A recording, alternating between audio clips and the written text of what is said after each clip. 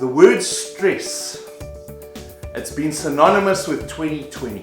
If I look at the board behind me, we see anxiety, sadness, pressure, stress, uncertainty, fear, doubt, emotions. Those are some of the words that come to our mind for 2020. And we've all been in the same boat globally around the world. And still we're in this boat where we stress and worry.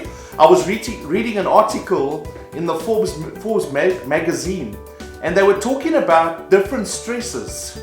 And they were looking at stress in the American context. And they did a survey with people from different ages. And you know what they found?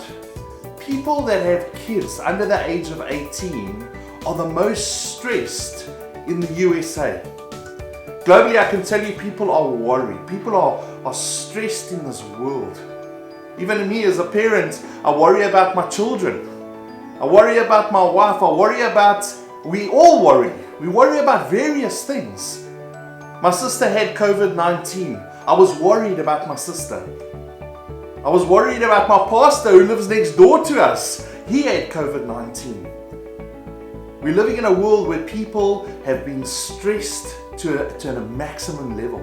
If I look at people in scripture and I think about Daniel the prophet, I think about a man who was about to be thrown into a lion's den with lions. Imagine the stress from the lions.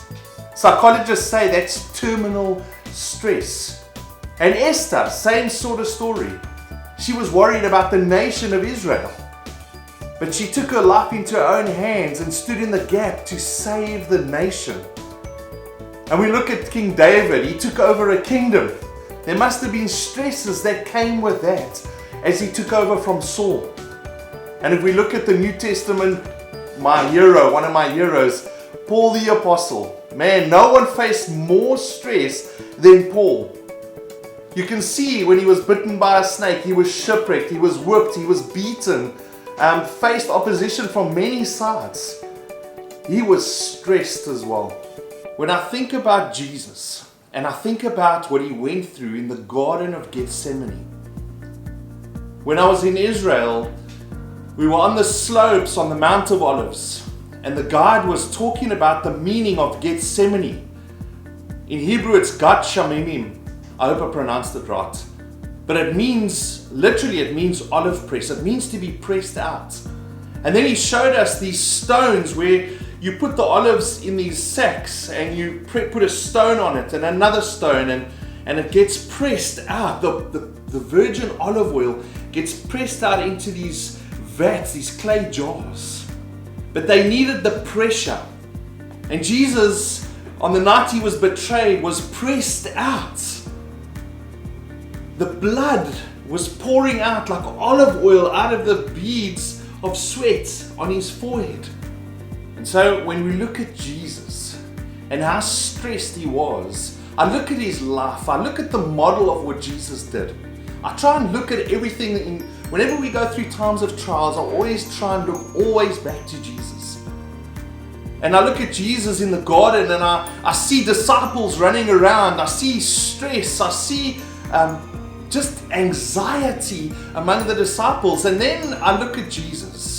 He's praying to the Father in agony. The key there is he turned to the Father.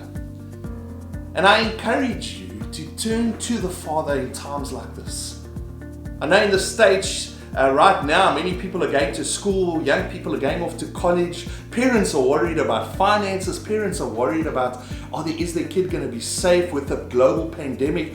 Are my kids going to be safe going to school? I want to give you this verse. Matthew 11 verse 28, and you know it so well, but hold on to this. Then Jesus said, "Come to me, all of you who are weary and carry heavy burdens, and I'll give you rest." Man, it would be so awesome just to not worry and have rest. Take my yoke upon you, let me teach you, because I am humble and gentle at heart, and you will find rest for your souls. For my yoke is easier to bear, and the burden I give you is light. And Isaiah, and I'm going to end with this, says this: in a world filled with stress, I want you to look at Isaiah 41 verse 13. For I hold you by your right hand, I, the Lord your God, and I say to you, don't be afraid. I'm here to help you. When Jesus was in the Garden of Gethsemane, all he did was simply turn to the Father. And I'm saying the same to all of us. And I'm the first one in line to do this. Turn to the Father and trust him.